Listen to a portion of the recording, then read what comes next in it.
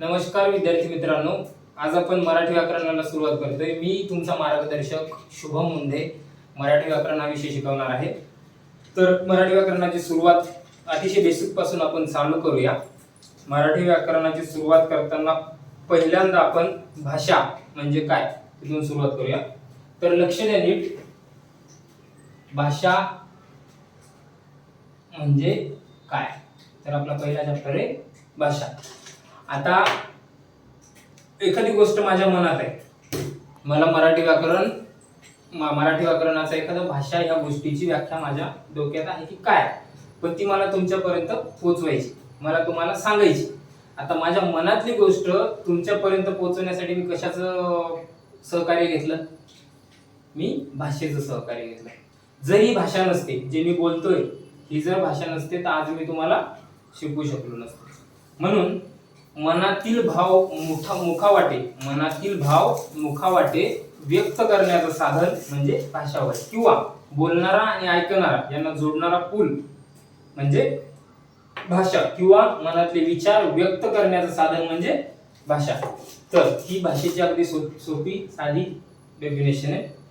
तुम्हाला एक मार्काचा क्वेश्चन आला तर येतो की भाषा म्हणजे काय, आणि त्याच्यामध्ये 2-3 व्याख्या दिलेल्या जातात।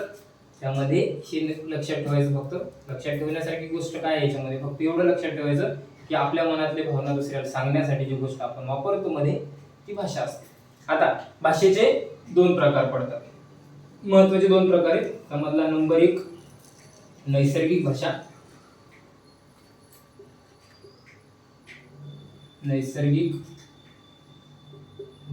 आणि नंबर 2 कृत्रिम किंवा सांकेतिक भाषा,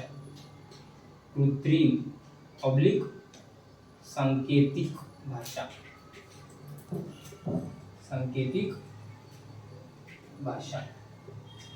आता ह्याच्यामध्ये फरक काय मित्रांनो, बघा नीट लक्ष द्या, अतिशय सोपा चॅप्टर आहे मराठी व्याकरणाचा। भाषा म्हणजे विचार व्यक्त करण्याचं साधन, नैसर्गिक भाषा म्हणजे जे मी बोलतोय, माझ्या मनातल्या गोष्टी मी सहज बोलतोय, तासनतास बोलतोय, ती सहज बोलण्याची भाषा, माझ्या मनातल्या भावना मी सहज मांडतोय, ती भाषा म्हणजे नैसर्गिक भाषा।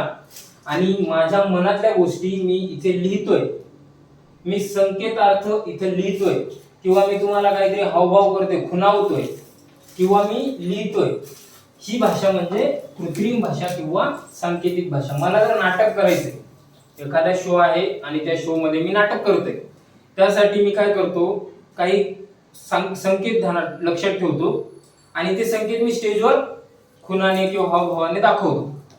मी ते डायलॉग काय केलेत, नॅचरल नाहीये, ते माझे नैसर्गिक नाही, मी ते पाठ केलेत आणि ते ठरवून बोलतोय मी, बरोबर। तर जी गोष्ट ठरवून बोलली जाते, जी गोष्ट खानाखुणाने सांगितली जाते, जी गोष्ट लिहिली जाते, ती म्हणजे कृत्रिम किंवा सांकेतिक भाषा। आणि जे नॉर्मली नेहमी आपल्या मनातलं बोलणं असतं ते म्हणजे नैसर्गिक भाषा। आता हे जे शिकवणं आहे हे पण एक प्रकारे कृत्रिम भाषेचाच प्रकार आहे, कारण ठरवून मनातल्या गोष्टी तुम्हाला सांगणं हे झालं कृत्रिम भाषा, आणि मी जसं घरात किंवा माझ्या मित्रपरिवारात जे नॉर्मली बोलतो ते झालं नैसर्गिक भाषा। भाषेचे 2 प्रकार संपले। भाषा म्हणजे काय ते समजलं। आता भाषा ह्यामध्ये एक महत्त्वाचा दुसरा एक प्रश्न विचारला जातो, तो एक लक्षात ठेवायचा, एका मार्कासाठी हमखास तो प्रश्न येण्याची शक्यता असते। अतिशय सोपा आहे। भाषा हा शब्द कशापासून तयार झाला हा प्रश्न विचारला जातो। भाषा हा शब्द कोणत्या धातूपासून आलाय किंवा कशापासून तयार झालाय। एक शब्द आपल्या भाषेमध्ये संस्कृत मधून आले, तसा भाषा हा शब्द पण संस्कृत मध्ये भाष हा शब्द आहे आणि त्याचंच रूपांतर मराठीमध्ये भाषा या शब्दात झालंय। म्हणून तुम्हाला एक प्रश्न विचारला जातो की भाषा हा शब्द कुठून आलाय किंवा भाषा हा शब्द कोणत्या धातूपासून तयार झालाय, तर तुमचं उत्तर असेल भाषा हा शब्द भाष या संस्कृत धातूपासून तयार झाला आहे। संस्कृत धातूपासून भाषा हा शब्द संस्कृत धातूपासून, भाष या संस्कृत धातूपासून तयार झाला आहे, हा एक प्रश्न यामध्ये विचारतात। आता दुसरी गोष्ट, भाषेविषयी थोडंसं महत्त्वाचं सांगतो, त्याच्यावर एक 2 प्रश्न आले तर येतील। एक छोटासा चॅप्टर आहे, जास्त मोठा नाही। आता भाषेविषयी महत्त्वाचं बघा काय काय। भाषेमध्ये ना सगळ्यात जुनी भाषा किंवा नंतर तयार झालेली भाषा, बऱ्याच गोष्टी असतात। भाषा उत्पन्न दिवसेंदिवस भाषा वाढत चालल्यात, भाषा उत्पन्न होत राहतात.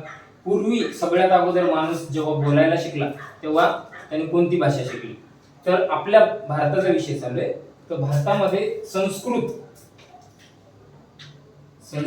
आणि तमिळ या दोन भाषा सर्वात जुन्या भाषा आहेत. सगळ्यात सुरुवातीला आपल्या भारतामध्ये संस्कृत भाषा बोलली गेली आणि त्यानंतर तमिळ भाषा बोलली गेली. तुम्ही बघितलं असेल विद्वान, महाभारत, रामायण या गोष्टी जेव्हा आपण बघतो, ह्याची पुस्तकं वाचतो, तेव्हा आपल्याला ते सगळे संस्कृत भाषेत दिसतात. का? तर ह्या भाषेची सुरुवात अगोदर तिथे झाली, मराठी नंतर आली. कालांतरानंतर ह्यातले काही शब्द ह्याच्यातले काही शब्द असे मिळून मराठी तयार झाली. पण मुळात जी पहिली भाषा होती ती संस्कृत आणि तमिळ या अतिशय जुन्या भारतातल्या भाषा आहेत. असा जर प्रश्न येत नाही, पण जर आलाच भारतातील सर्वात जुन्या भाषा कोणत्या, तर त्याचं उत्तर असेल संस्कृत आणि तमिळ. आता भारतीय राज्यघटनेमध्ये लक्षात ठेवा, भारतीय राज्यघटनेमध्ये कलम 343, भारतीय राज्यघटनेच्या कलम 343 मध्ये काय केलं त्यांनी? भारताच्या जे कागदपत्राचा व्यवहार आहे, भारताचा जो कागदपत्राचा व्यवहार आहे, कोर्टाचे लेटर असू द्या, शासकीय कामकाजाचे लेटर असू द्या, भारताचे, त्यासाठी हिंदी भाषेचा उपयोग आणि इंग्रजी भाषेचा उपयोग केला जातो. आणि ते कोणत्या बेसिसवर केला जातो? तर भारतीय राज्यघटनेच्या कलम 343 मध्ये सांगितलंय की कोर्टाच्या कामासाठी किंवा शासकीय कामकाजासाठी तुम्ही ह्या दोन भाषेचा वापर करू शकता. ही गोष्ट कशामध्ये सांगितली? भारतीय राज्यघटनेच्या कलम 343 मध्ये. एखाद्या वेळेस जर हा प्रश्न आला की हिंदी किंवा इंग्रजी ह्या भारताच्या शासकीय कामकाजाच्या भाषा आहेत, हे भारतीय राज्यघटनेच्या कोणत्या कलमात सांगितले? तर त्याचं उत्तर काय असेल? कलम 343 मध्ये. भारतीय राज्यघटनेच्या कलम 343 मध्ये हिंदी आणि इंग्रजी ह्या शासकीय व्यवहाराच्या भाषा आहेत, शासकीय कामकाजाच्या भाषा आहेत.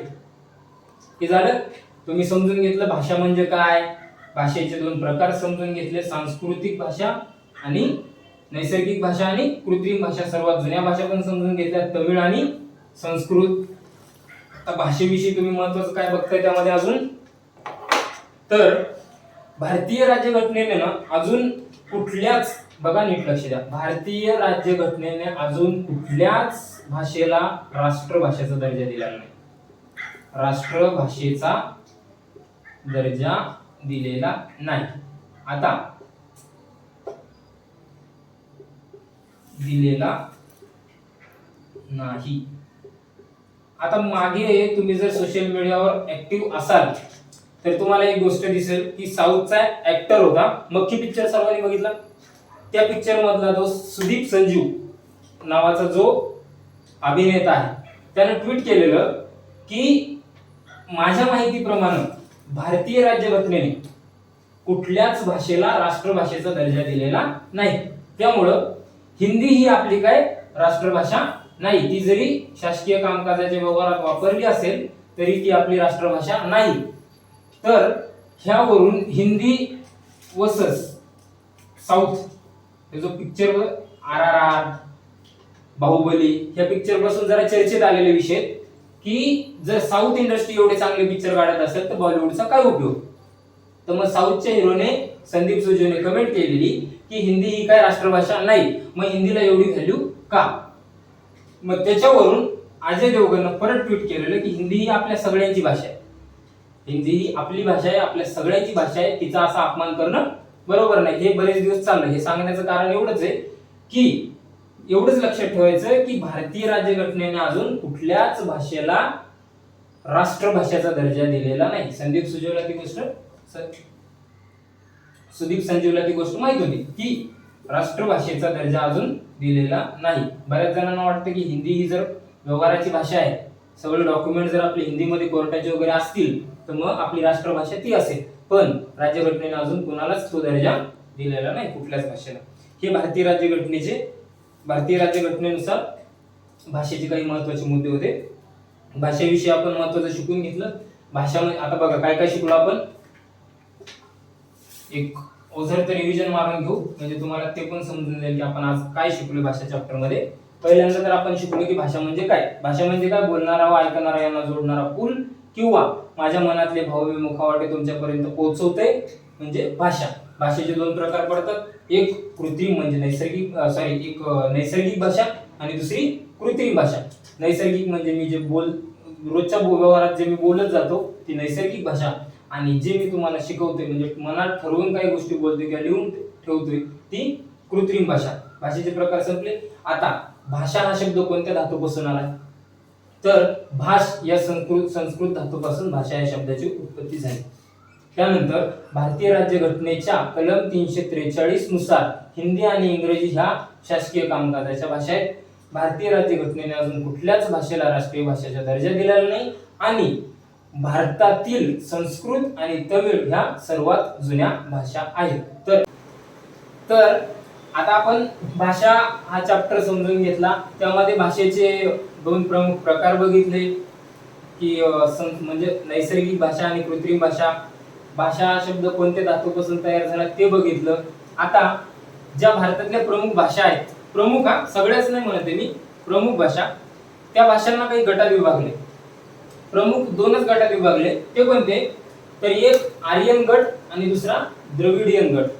आता हे द्रविडियन म्हणजे काय, थोडक्यात आपण आपल्या भाषेत बोलायचं झालं तर साऊथ इंडियन, जे साऊथ इंडियन पिक्चर असतात त्यामध्ये तमिळ, तेलुगू, मल्याळम आणि कन्नड ही झाले त्या साईडचे. जे द्रविडियन गट असतो ना ते लोक सगळे ह्या भाषा बोलतात. एवढ्यामध्येच त्यांचं साऊथ इंडिया झालंय. आता ही आर्य भाषा, आर्य भाषा म्हणजे काय, ज्या एरियामध्ये सुरुवातीला आर्य लोक राहत होते त्या भाषा या सगळ्या आहेत. आणि ह्या भाषा म्हणजे कोणत्या कोणत्या, तर मराठी, हिंदी, संस्कृत, पाली, गुजराती आणि बंगाली अशा एकूण 6 भाषा आहेत. आता प्रश्न जर विचारला की आर्य भाषा किती, तर आर्य भाषा किती आहेत, 6. आणि कोणत्या कोणत्या जर विचारलं तर तुम्हाला माहित असलं पाहिजे की मराठी, हिंदी, संस्कृत, पाली, गुजराती आणि बंगाली ह्या आपल्या 6 आर्यन गटातील भाषा आहेत. आता द्रविडियन गटातल्या भाषा लक्षात ठेवण्यासाठी सोप्या आहेत. साऊथ इंडियन, तमिळ, तेलुगू, मल्याळम आणि कन्नड ह्या द्रविडियन गटातल्या भाषा आहेत. जो आर्यन गट आहे, या आर्यन गटाची जी लिपी आहे ना, लिपी लिहिण्याची पद्धत त्याला लिपी म्हणतात. तर ती कोणती आहे, देवनागरी लिपी. देवनागरी लिपीचं वैशिष्ट्य काय माहिती आहे का, आता ओळखायचं कसं, ह्या भाषा आणि ह्या भाषेतला फरक कसा ओळखायचा. तुम्ही कधी बघितलं का मराठी, हिंदी, संस्कृत, पाली, गुजराती आणि बंगाली ह्या भाषा जर बघितल्या असतील तर तुम्हाला ह्या सगळ्या भाषेमध्ये कॉमन गोष्ट दिसून येईल. ती म्हणजे काय, असा एखादा शब्द लिहिला ना त्याच्या डोक्यावर अशी रेष मारतात का, ते फक्त ह्याच भाषेला मारतात. तुम्ही जर तमिळ, तेलुगू, मल्याळम आणि कन्नड भाषा बघितल्या तर त्या डायरेक्ट अशा काहीतरी लिहिलेल्या असतात, त्याच्यावर अशी रेष नसते. तर ज्या भाषेवर अशी शिरोरेषा दिली जाते, डोक्यावर रेष दिली जाते, त्या भाषा आर्यन गटातील भाषा असतात, लक्षात ठेवण्यासाठी सोप्या.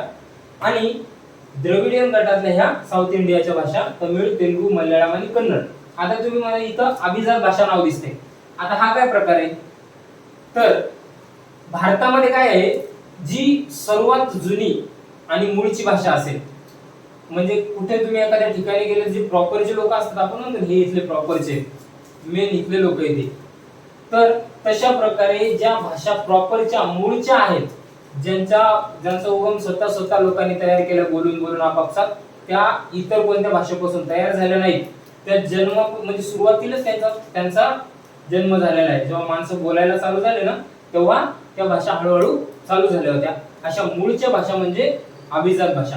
आणि अभिजात भाषा हे पद भारत त्या भाषेला देतं, तिचं व्याप बघून, ती भाषा किती मोठी आहे, त्या भाषेचे बोलणारे लोक किती आहेत, ती भाषा किती जुनी आहे हे बघून अभिजात भाषा हा मान मिळतो. जसा एखादा पुरस्कार असतो ना तसा हा भाषेचा पुरस्कार आहे अभिजात भाषा. आता तमिळ, तेलुगू, मल्याळम आणि कन्नड साऊथ इंडियाच्या ह्या 4ही भाषा ह्या अतिशय मूळच्या भाषा आहेत. त्या कुठल्याच भाषेपासून तयार झाल्या नाही. त्या भाषा म्हणजे ठिगळे यांनी कुठल्याच भाषेपासून घेतलेले नाही, त्या मूळच्या भाषा आहेत. म्हणून या 4ही भाषेला हा पुरस्कार मिळालाय अभिजात भाषेचा. आता त्याच्यामध्ये फक्त संस्कृत जी ही आर्य गटातली म्हणजे आपली भाषा आहे, त्या भाषेपैकी फक्त संस्कृत आणि ओडिसा राज्याची जी भाषा आहे उडिया, अशा फक्त ह्या 2 भाषा यामध्ये ऍड करायच्या. तर एकूण 6 अभिजात भाषा आहेत. आता अभिजात भाषा म्हणजे तुम्हाला कळालं मराठी भाषेला दिला जाणारा थोडक्यात एक पुरस्कार. का दिला जातो तर ती भाषा अतिशय जुनी असली पाहिजे, ती स्वतःची स्वतः असली पाहिजे, ती कुणापासून तयार झालेली असली पाहिजे आणि तिचे बोलणारे लोकसंख्येने जास्त असले पाहिजे. तर तमिळ, तेलुगू, मल्याळम, कन्नड, संस्कृत आणि उडिया या 6 भाषा अभिजात भाषा आहेत. आता तुम्ही म्हणाल मराठी का नाही, तर मराठी भाषा ही अभिजात भाषेचा पुरस्कार तिला मिळावा किंवा ती अभिजात भाषा व्हावी म्हणून 2009 साली रंगनाथ पठारे यांच्या अध्यक्षतेखाली एक समिती नेमण्यात आली की तुम्ही एक काम करा. रंगनाथ पठारे यांना सांगितलं गेलं की तुम्ही एक काम करा, मराठी भाषेचे असे शिलालेख आलेख शोधून काढा की जे मूळचे मराठीचे. आता लोकांना काय वाटतं, शासनाला काय वाटतं की मराठी भाषा संस्कृत पासून काही शब्द घेतलेत, हिंदी मधनं काही घेतलेत, कन्नड, तेलुगू, मल्याळम मधनं काही शब्द घेतलेत, मग त्यामुळे ही भाषा मूळची भाषा नाही म्हणून शासनाने या भाषेला अजून अभिजात भाषेचा दर्जा दिलेला नाही. तर रंगनाथ पठारे यांनी 2009 पासून संशोधन चालू केले की मराठी भाषेचे जुने मूळचे शिलालेख शोधणं चालू केले. तर त्याच्यामध्ये भरपूर शिलालेख सापडलेले.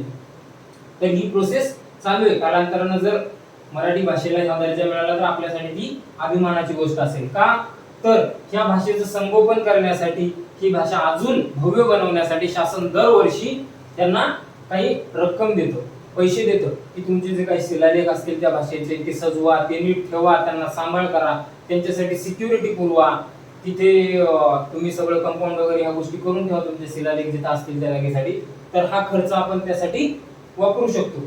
तर अजून मराठी भाषा ही अभिजात भाषा नाही. तुम्हाला जर विचारलं अभिजात भाषा म्हणजे काय, तर अतिशय मूळची असणारी भाषा म्हणजे अभिजात भाषा.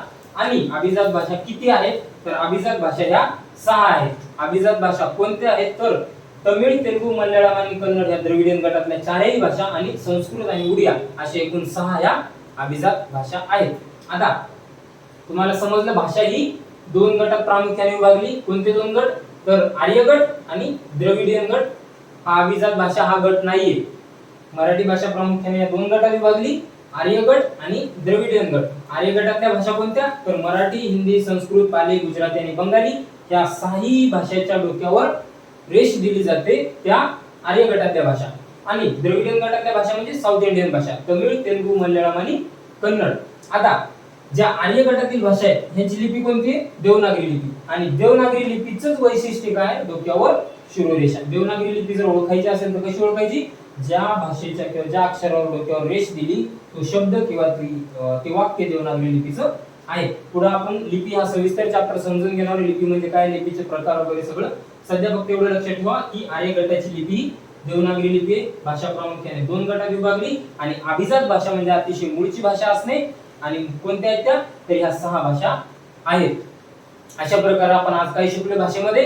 भाषा म्हणजे काय, भाषेचे 2 प्रकार, भाषा हा शब्द कोणत्या गटापासून आलाय, भाषेचे काही वैशिष्ट्य, राष्ट्रभाषाचा दर्जा वगैरे दिलेला आहे का नाही, आणि ज्या हिंदी आणि इंग्रजी ह्या शासनाच्या व्यवहाराच्या भाषा आहेत त्या कोणत्या कलमानुसार आहेत, आणि भाषेचे प्रमुख 2 गट, त्यामधल्या गटात विभागणी झालेल्या भाषा आणि अभिजात भाषा आणि त्या कोणत्या कोणत्या आहेत त्या आपण आजच्या चॅप्टर मध्ये, भाषा ह्या चॅप्टर मध्ये आपण सविस्तर बघितले. आता आपल्याला लिपी हा चॅप्टर पुढचा असेल तो आपण सेपरेट बघूया. आता सध्यासाठी आपण इथे थांबूया. धन्यवाद.